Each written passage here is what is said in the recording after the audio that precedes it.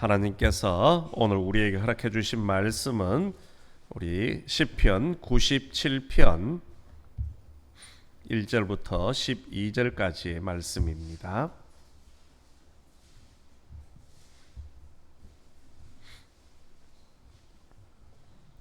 시편 97편 1절부터 12절까지 말씀 우리 한 절씩 교독하시겠습니다.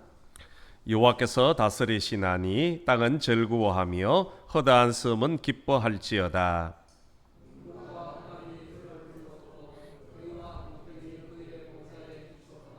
불이 그의 앞에서 나와 사방의 대적들을 불사르시는도다. 산들이 여호와의 앞 곧 온 땅의 주 앞에서 밀랍같이 녹았도다.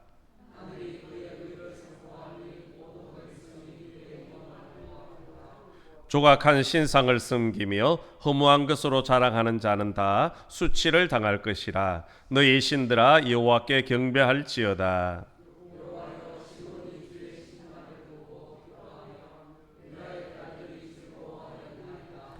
여호와여 주는 온 땅 위에 지존하시고 모든 신들보다 위에 계시니이다.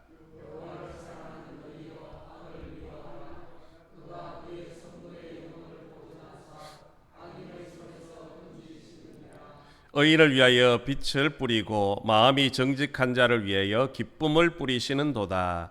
의인이여 너희는 여호와로 말미암아 기뻐하며 그의 거룩한 이름에 감사할지어다. 아멘.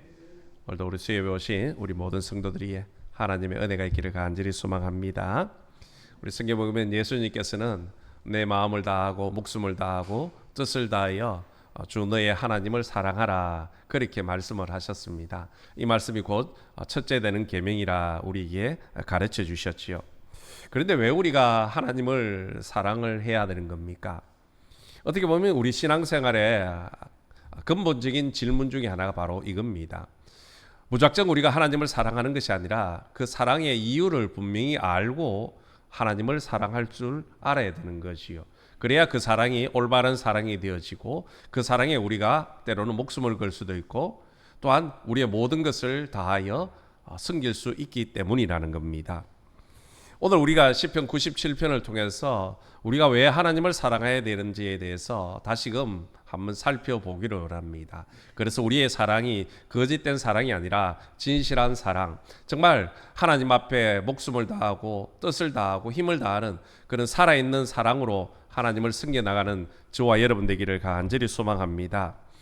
우리가 하나님을 사랑해야 되는 첫 번째 이유는요, 하나님께서 우리에게 진정한 기쁨과 평안함을 주시기 때문이라는 겁니다.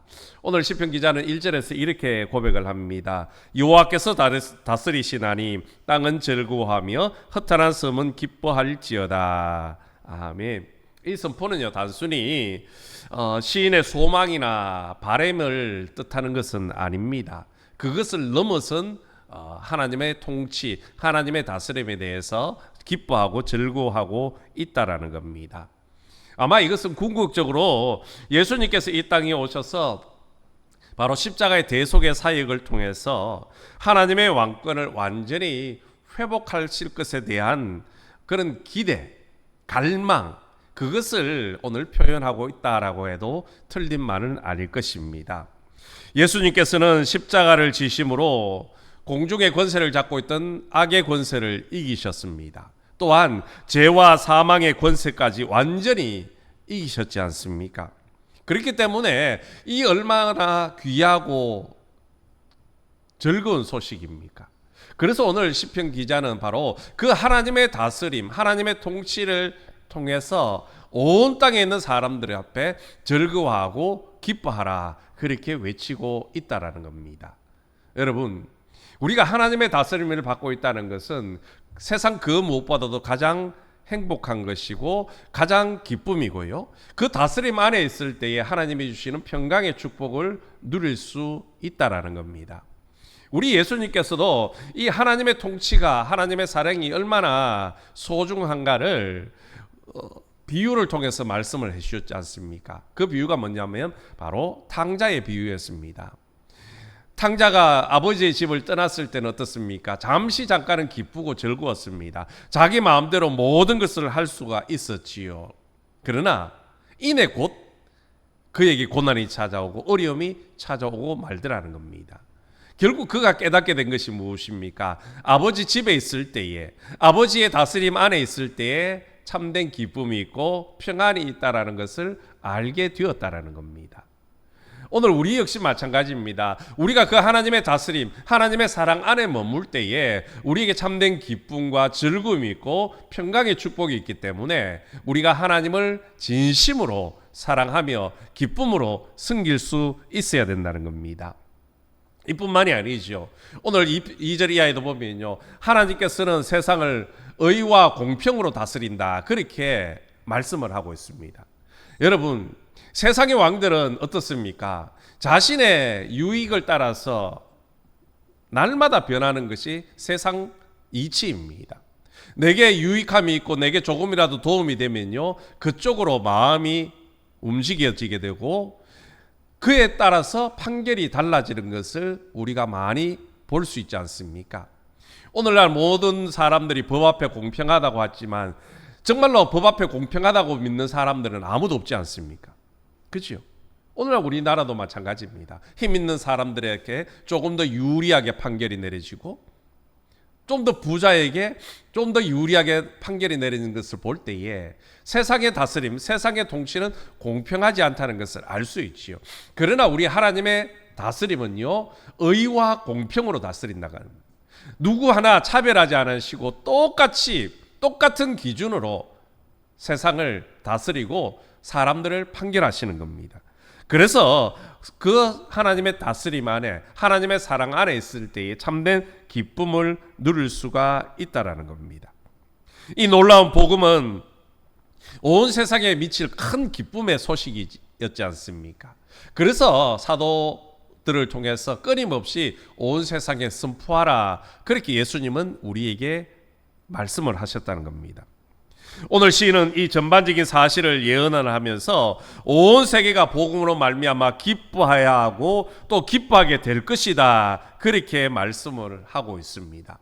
우리는 이 모습을 통해서 이 시인이 얼마나 평소에 하나님의 다스림을 기대하고 기다렸고 또 갈망하고 있는지를 잘 볼 수가 있습니다. 우리는 이런 시인의 모습 속에서 참된 하나님의 백성의 면모를 발견해야 한다는 거지요. 그렇습니다. 참된 하나님의 백성이란 하나님께서 다스려 주심을 인생 최고의 기쁨으로 삼고 살아야 되는 겁니다. 오늘 우리는 하나님의 그 통치 안에, 하나님의 그 사랑 안에 머물러 있습니까? 우리에게 그 하나님의 통치의 기준이 되는 건 무엇입니까? 결국 하나님의 말씀이라는 것이요. 그렇다면 우리는 정말 하나님의 말씀 앞에 온전히 순종하며 살아가고 있느냐? 이것도 우리가 되돌아봐야 되는 겁니다. 솔직히 우리는 그렇게 살지 못할 때가 많습니다. 세상의 즐거움, 세상의 유익함을 쫓아서 하나님의 말씀을 때로는 부인해버리고 하나님의 말씀을 외면할 때도 참 많이 있었습니다. 물론 그것 때문에 순간의 즐거움과 쾌락을 얻을 수는 있었지만 돌아서서 후회하는 것이 바로 우리들의 모습 아니었습니까? 그렇기 때문에 이제는 우리가 그 하나님의 다스림, 하나님의 통치를 귀찮아할 것이 아니라 오히려 더 사모하고 더 기대하고 간절함으로 바라며 살아야 된다는 겁니다. 우리가 하나님의 그 사랑 안에 머물 때에 참된 기쁨과 평안과 축복이 있다라는 사실을 우리가 다시금 기억하면서 하나님이 나를 다스려 주실 것을 늘 사모하시기 바랍니다. 그리고 또한 그 하나님의 말씀을 붙들고 순종하는 삶을 살아서 우리 마음에 참된 평안함이 오시고 또한 하나님이 주시는 기쁨이 날마다 넘쳐나시기를 주님의 이름으로 간절히 소망합니다. 두 번째, 우리가 왜 하나님을 사랑해야 되느냐? 하나님은 악인들에게 부끄러움과 수치를 주시기 때문이라는 겁니다. 오늘 본문 7절에 보시면 조각한 신상을 섬기며 허무한 것으로 자랑하는 자는 다 수치를 당할 것이라. 아멘. 여기서 조각한 신상 그리고 또 허무한 것, 이것 둘 다는요 결국 하나를 의미하고 있습니다. 바로 우상 숭배를 의미한다는 것이요. 우상을 숭배하며 자랑하는 자의 마지막이 결국 허무하게 될 것이고 그들이 부끄러움과 수치심으로 끝이 난다라고 말씀을 하고 있습니다. 그래서 오늘 시편 기자는 너희 신들아 여호와께 경배하라 그렇게 우리에게 말씀을 하는 겁니다. 하나님 사랑하라는 것이요. 여러분, 우상에 대해서는 이미 여러 차례 말씀을 드렸습니다. 우상은 그야말로 헛것입니다. 그것들이 우리에게 해줄 수 있는 것은 아무것도 없습니다. 그럼에도 불구하고 오늘날 많은 사람들이 우상을 붙들고 살아갑니다. 그러다가 마지막에 가서 수치를 당하고 어려움을 당하게 되어지는 것을 우리는 보게 되어집니다. 여러분, 살아생전에 가장 부귀영화를 누렸던 하나님 앞에 사랑을 받았던 솔로몬을 한번 생각해 보십시오. 그가 처음에는요 아주 경건한 신앙인이었습니다. 하나님을 최고로 사랑하고 최우선으로 순종했던 사람이 솔로몬이었습니다. 그런 그가 점점 노년으로 접어들면서 어떻게 합니까? 하나님을 떠나게 됩니다. 수많은 첩들을 통해서 이방의 신들이 들어오게 되고요. 그 첩들을 따라서 하나님을 외면하고 우상을 섬기며 살기 시작했습니다. 그래서 그 우상을 섬겼던 솔로몬이 마지막 노년에 가서 기록한 것이 전도서의 말씀 아닙니까? 전도서 1장에 솔로몬이 무엇이라고 말합니까? 헛되고 헛되며 헛되고 헛되니 모든 것이 헛되도다. 그렇게 고백을 하는 겁니다. 많은 부귀영화를 누리고 정말로 수많은 우상들을 섬겨봤지만 다 헛되고 헛되더라는 것이요. 결국 하나님을 섬기는 것이 최고라. 하나님을 섬기며 하나님의 사랑 안에 머물 때에 하나님의 복이 평강이 임하게 되어진다는 것을 알게 되어졌다는 겁니다. 실제로 솔로몬의 그 마지막 노년은요 참 부끄러움과 수치의 치욕적인 삶이 아니었습니까? 무엇이었습니까? 나라가 둘로 나뉘어지는 비극을 맞이했습니다. 여러분, 나라가 둘로 나뉘어진다는 거 얼마나 비참합니까? 그것도 당대에 그랬으니 더욱더 가슴 아픈 일이겠지요. 그 외에도 성경에 보면요 시내산 앞에서 금송아지 우상을 만들어 섬겼던 이스라엘 자손들이 얼마나 많이 하나님의 심판으로 인해 죽임을 당했습니까? 그뿐만이 아니었습니다. 모압 여인들의 그 꾀임에 빠져서 바알 보올에서 우상을 섬기다가 또 수많은 사람들이 죽임을 당했습니다. 북이스라엘의 10지파가 금송아지를 단과 베델에 만들어 놓고 그들을 섬겼을 때에요 그들의 끝은 무엇이었습니까? 멸망으로 끝이 났다는 겁니다. 역사 속에서 완전히 사라져 버렸다는 것이요. 남유다 역시 마찬가지였습니다. 남유다도 결국 하나님 앞에 심판받고 바벨론으로 포로 생활을 끌려갔던 이유도 결국 하나님 저버리고 우상 숭배한 결과였습니다. 이처럼 우상을 섬기면 결국 그 끝은 허무함이 그리고 수치뿐이라는 것을 우리에게 분명히 말씀을 하고 있다는 겁니다.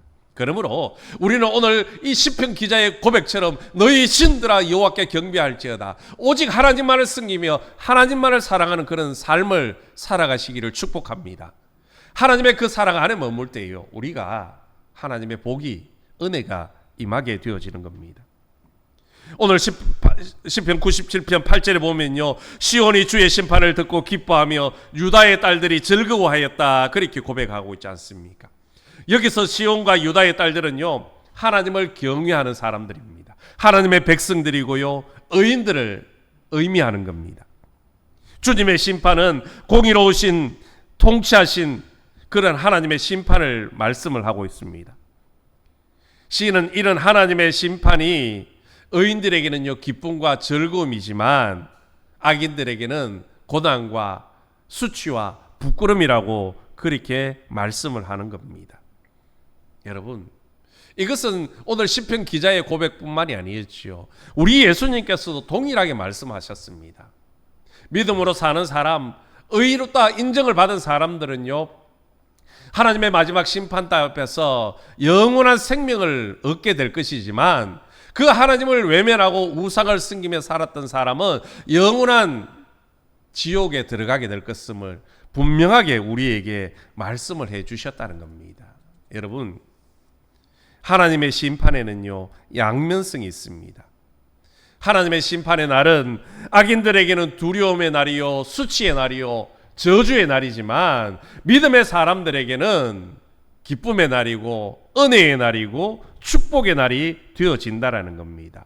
여러분, 이제 우리가 마지막 날 어떤 모습으로 서기를 원하십니까? 하나님 앞에 영원한 생명을 얻고 기쁨과 복을 누리시기를 원한다면 하나님을 사랑하시며 하나님의 그 섬김을 통하여 하나님의 통치하심 속에 살아가시기를 간절히 소망합니다. 그래야 우리에게 수치와 부끄러움이 없는 기쁨과 평안의 축복이 임하게 되어지는 겁니다. 세 번째로 우리가 하나님을 사랑하면 어떻게 되느냐? 악을 미워하게 될 것이다. 그렇게 분명하게 말씀을 하고 있습니다. 오늘 10절에 보십시오. 여호와를 사랑하는 너희여 악을 미워하라. 여기 보면 여호와와 악이 대비되고 있습니다. 다시 말해서 하나님이 곧 선이라는 것이요. 그렇습니다. 하나님은 본질적으로 선하신 분이십니다. 악을, 거짓을 행하실 수 없는 분이시라는 것이요. 절대선이라는 거죠. 그렇기 때문에 하나님을 사랑하는 사람은 악을 미워할 수밖에 없다라는 겁니다. 여러분, 하나님을 사랑한다는 것 무엇을 의미합니까? 아니, 하나님을 빼고요, 우리가 사랑을 한다는 것이 과연 무엇을 의미하는 걸까요? 단순히 보고 싶어하고 함께 있고 싶어하고 만나고 싶어하는 것, 그게 사랑일까요? 물론 그것도 어떤 측면에서 보면 사랑이라고 말할 수 있습니다. 그러나 정말로 우리가 사랑을 한다는 것은요, 좀 더 적극적인 의미로 생각을 해보아야 되는 겁니다. 여러분, 사랑에 빠지면요, 그저 가만히 앉아서 그리워하고 감정에 사로잡히는 것만으로 끝이 나지 않습니다. 정말로 사랑에 빠진 사람은요, 사랑하는 사람을 위해서 그 사람이 좋아하는 것을 하기 마련이라는 것이요, 싫어하는 것은 하지 않는다는 겁니다. 사랑하는 사람은 그 사랑하는 사람이 좋아하는 일을 늘 관심을 가지고요, 그래서 그 사람에게 좀 더 기쁨을 주기 위해서 노력을 한다는 것이요. 우리가 하나님을 사랑하는 것도 마찬가지입니다. 하나님을 사랑하는 사람은 하나님이 정말로 기뻐하고 즐거워하는 것이 무엇인가를 늘 생각을 하는 겁니다. 그리고 그것을 하려고 노력을 하는 것이요. 그런 반면에 하나님이 싫어하시는 것, 미워하시는 것은 멀리하는 겁니다. 하나님이 무엇을 미워한다고요? 악을 미워하신다. 정말로 우리가 하나님을 사랑한다면 악을 미워해야 되는 겁니다. 죄의 자리를 멀리해야 된다는 것이죠. 그런데 성경이 하나님에 관해서 무엇을 말씀합니까? 하나님은 정의를 사랑하신다 그랬습니다. 오늘 본문에도 악을 미워하신다고 했습니다. 하나님께서 악을 미워하신다면 우리는 어떻게 해야 하겠습니까? 하나님의 그 말씀을 따라서 악을 멀리하며 가까이 하지 말아야 된다는 것이요. 악을 미워하는 것이 하나님의 사랑하는 사람들의 정당한 태도라는 겁니다. 그러면 오늘 우리는 악에 대해서 어떤 태도를 취하고 있습니까? 우리가 악에 대하여 취할 수 있는 태도는요, 크게 세 가지입니다. 첫째는 악을 옹호하는 겁니다. 옹호한다는 것이 무엇입니까? 적극적으로 동참하는 겁니다. 함께 악을, 죄를 저지르며 살아가는 것이요. 이것은 결국 사탄 종로로 타는 행위라는 겁니다. 그런 사람은 하나님을 전혀 사랑하지 않는 사람입니다. 아무리 입술을 열어 하나님을 사랑한다, 하나님의 이름을 부른다 해도 하나님과는 결국 무관한 사람들이 될 수밖에 없다라는 것이요. 그리고 두 번째로는 악에 대해서 침묵을 하는 사람들입니다. 적극적으로 악에 동참을 하지는 않지만은 악에 대해서 못 본 척 입을 다물어 버린다는 것이요. 마치 누군가가 고난을 당하고 어려움을 당하고 있는데 외면하고 모르고 모른 척하고 지나가는 것과 마찬가지라는 겁니다. 비록 악을 옹호하는 사람보다는 조금 낫다라고 할 수 있지만 이 사람 역시 하나님을 진정으로 사랑하는 사람이라고 말을 할 수는 없을 겁니다. 그리고 세 번째는요, 바로 악을 미워하는 것입니다. 악에 대항하여 싸우는 것이요, 이 사람이 바로 하나님을 진정으로 사랑하는 사람인 겁니다. 우리는 모두 악을 미워하는 입장을 취하는 사람들이 되어야 됩니다. 그래야지 하나님의 사랑 안에 머물 수 있고요, 하나님이 주시는 평강의 축복을 누릴 수 있기 때문이라는 겁니다. 주님은 우리에게 말씀을 하셨습니다. 주여 주여 하는 자마다 다 천국에 들어갈 것이 아니라, 뭐라고 말씀합니까? 하나님의 뜻대로 행하는 사람, 다르게 말하면 하나님을 사랑하는 사람만이 천국에 들어갈 수 있다라고 우리에게 말씀을 하셨다는 겁니다. 여러분, 천국에 들어가기를 원하십니까? 그렇다면 하나님을 진정으로 사랑하고 악을 미워하시기 바랍니다. 사도 바울은 어떤 악이라도 다 버리라 말했습니다. 오늘 우리가 세상에 유익함을 주고 우리에게 편리함을 주는 많은 유혹들이 있습니다. 그것을 우리가 물리치지 못하고 이겨내지 못하면 결국 우리는 하나님을 사랑하는 사람이라 말할 수 없다라는 겁니다. 우리가 악을 미워하고 악을 대항하여 싸우면 하나님께서 우리의 인생을 축복해 주시고 밝혀 주시는 겁니다. 오늘 본문 11절입니다. 의인을 위하여 빛을 뿌리고 마음이 정직한 자를 위하여 기쁨을 뿌리시는 도다. 아멘. 우리가 하나님 사랑하고요, 악을 미워하며 적극적으로 대항하고 싸우면요, 하나님께서 우리가 걸어가는 그 길에 빛을 기쁨을 뿌려주신다라고 말씀을 하고 있습니다. 여러분, 마치 만화의 영화나 드라마에서 나오는 그런 모습이 상상되지 않습니까? 내가 주인공이 걸어가는 길에 앞길에 불꽃이 빵빵 터지면서 환하게 밝혀줍니다. 아니면 주인공이 그 걸어가는 길에 하나님께서 꽃가루를 흩날려 주시는 겁니다. 축복해 주시는 것이요. 여러분, 하나님을 섬기고 하나님을 사랑하는 사람은요, 불행 끝 행복의 시작이 되어지는 겁니다. 이런 삶을 누가 원하지 않겠습니까? 그러나 많은 사람들이 원하면서도 이런 축복의 길, 은혜의 길을 걸어가는 사람은 많지가 않다는 겁니다. 이 길을 걸어가는 사람이 누구입니까? 오늘 시편 기자는 의인이라고 부르지 않습니까? 의인. 한마디로 말해서 악을 미워하는 사람이 곧 의인이고, 그 사람이 걸어가는 앞길에 하나님의 축복과 은혜가 날마다 넘쳐난다는 겁니다. 그러므로 우리는 반드시 악과 맞서 싸워볼 만한 가치가 있다는 것을 잊지 마십시오. 때로는 힘들고 어렵습니다. 그러나 맞서 싸워 이기면 하나님께서 우리의 걸어가는 그 길에 빛을 뿌려주시고요, 축복으로, 승리로 기쁨을 누리게 만들어 주신다는 겁니다. 여러분, 믿음의 선배들이 왜 악과 싸웠습니까? 왜 요셉은 그렇게 악의 유혹을 단호히 거부했습니까? 왜 다니엘과 또 그의 세 친구들이 세상의 그 유혹 속에도 과감하게 뿌리치고 풀무불로 사자굴로 왜 들어갔습니까? 그 길 끝에 하나님이 주시는 기쁨과 평강과 축복이 있음을 알았기 때문입니다. 그래서 끝까지 선한 싸움을 싸우며 달려갈 수 있었다는 것이요. 사도 바울도 영적인 아들 디모데에게 동일한 말씀을 했지 않습니까? 선한 싸움을 끝까지 싸우라. 그 선한 싸움 끝에는요, 생명의 면류관, 영광의 면류관이 있다, 우리에게 분명하게 가르쳐 주셨습니다. 그러므로 여러분, 어떤 경우에도 속지 않기를 바랍니다. 지금 당장의 안락의 유익에 넘어가지 마시기 바랍니다. 거룩하고 선한 싸움 끝까지 싸워 가십시다. 악을 미워하고 선에 속하시기 바랍니다. 그리하여 미래에 하나님이 주시는 기쁨을 얻고 하나님의 은혜 안에 행복한 삶을 살아가시기를 주님의 이름으로 간절히 소망합니다.